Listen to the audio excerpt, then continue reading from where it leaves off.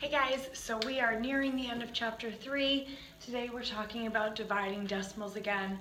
Now the numbers are just a little bit harder, but our process is still the same. I'm going to focus on just two of the methods, your standard long division algorithm and also dividing fractions, so converting those decimals to fractions and then dividing fractions like we know how to do. So if I have 56 hundredths divided by 4 hundredths, that's asking how many 4 hundredths go into 56 hundredths.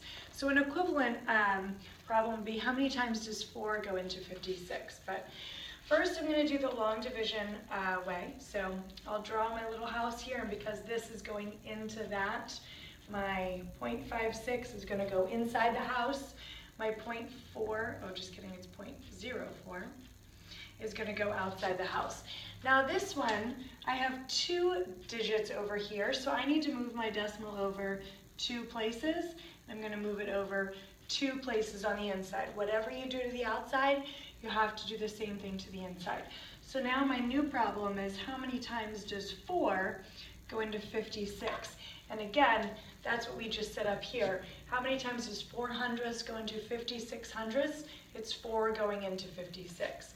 So 4 goes into 5 one time, and bring down my 6, and 4 goes into 16 4 times, and then I get a 0, and I'm done. So my answer would be 14 that way.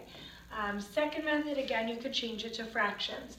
So 56 hundredths would be 56 over 100, divided by 4 hundredths would be divided by 4 over 100.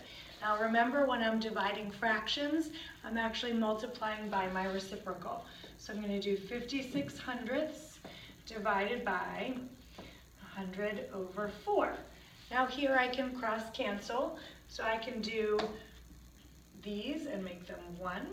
And 4 into 56, again, I just solved that problem. So I'm actually going to leave that alone and do 56 times 1 is 56, and 1 times 4 is 4. And then to simplify that, I'm going to do 56 divided by 4, which I already know from over here, that's going to get me to 14. And if you didn't already do this, then you would just do 56 divided by 4 over here and set it up in your normal algorithm way. Okay, now over here you can see I've got a whole number in here, so this one is slightly different. So I've got 6 75 hundredths divided by 3 tenths. So this is asking how many times 3 tenths goes into 6 75 hundredths. So here I've got hundredths and here I've got tenths. They're a little bit different.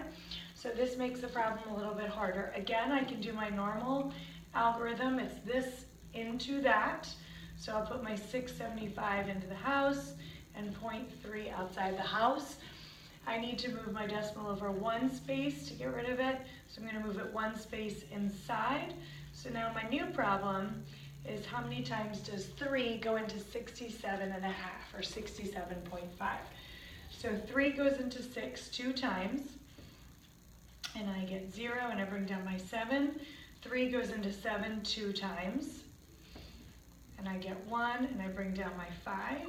And 3 goes into 15 5 times, which is 15, and I get a 0, so I'm done. So my answer would be 22.5. Now I can take this again, I'm going to do it with the fractions.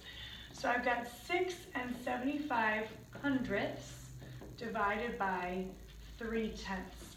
Now remember back to when we did our dividing fractions, if you have a mixed number, you need to make that into an improper fraction.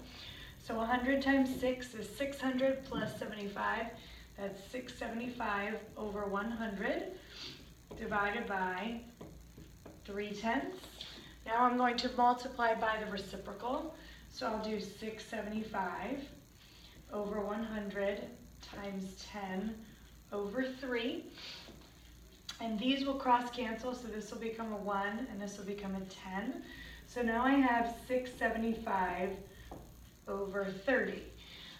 And this is actually going to end up being the same problem as up here, because if I had slid this decimal over 1 more spot and 1 more spot, I'm still going to end up getting, it goes in 22 times, and it'll be 22 and actually a half when you simplify it.